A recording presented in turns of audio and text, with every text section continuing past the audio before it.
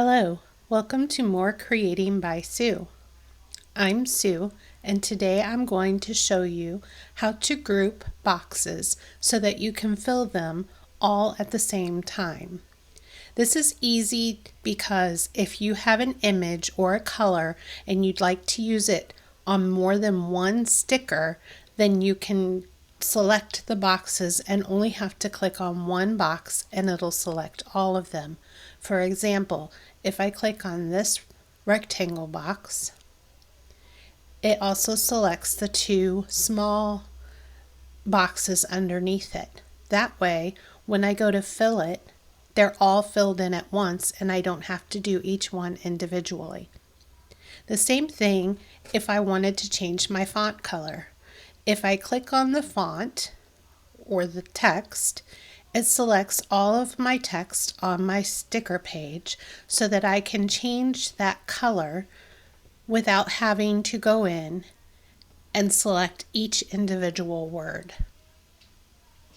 The way that you do this is by going to your page that you're working on. Let me get rid of this selection. And what you'll want to do is you'll want to select the items that you want to be the same color.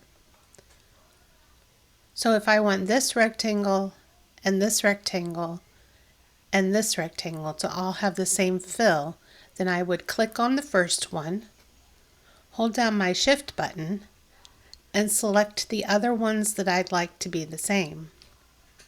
Once you do that, you go up to your top and you click on Group Selected Shapes. Now whenever I fill in these boxes, they're all going to be filled in with the same color or pattern. And I don't have to do them individually. So let's try that again. Let's say I want this rectangular box, this heart, and the to-do. So I click on the rectangular box, hold down Shift, click on the box for to-do, making sure not to choose the font, just the box, and then click on the next heart shape that I want. Remember, this is two different shapes, so you want to click on the one that you want to be filled. So I want to click on the back shape. Next, go up to your top toolbar and click Group Selected Shapes. Now you'll notice when I did that my transparent box disappeared. It didn't really disappear, it just went to the back.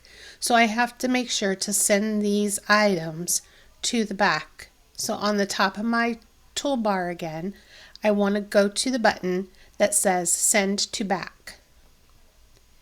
And now my box is back.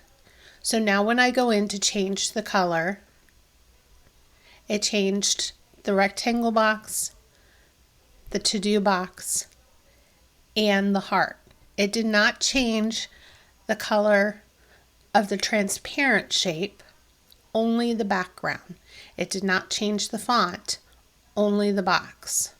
If I want all of my fonts to be the same, then I can select them by clicking on the first one, holding down Shift, click on the next one,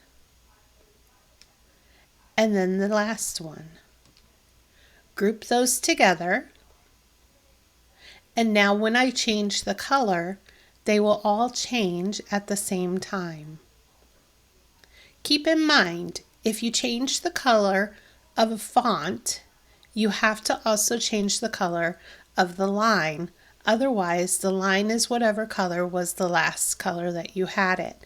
So I'm going to go and change it to match this yellow. And now all of my words are the same color. Again, if I want to change that color, I click on the color I want, go back and change the line color so that it matches. And that's how you group boxes and fonts and shapes so that you can change the colors all together.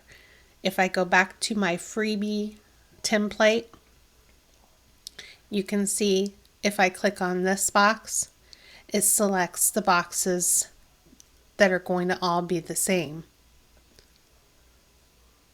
It just makes it a little easier so that you don't have to go through and just click and change each box.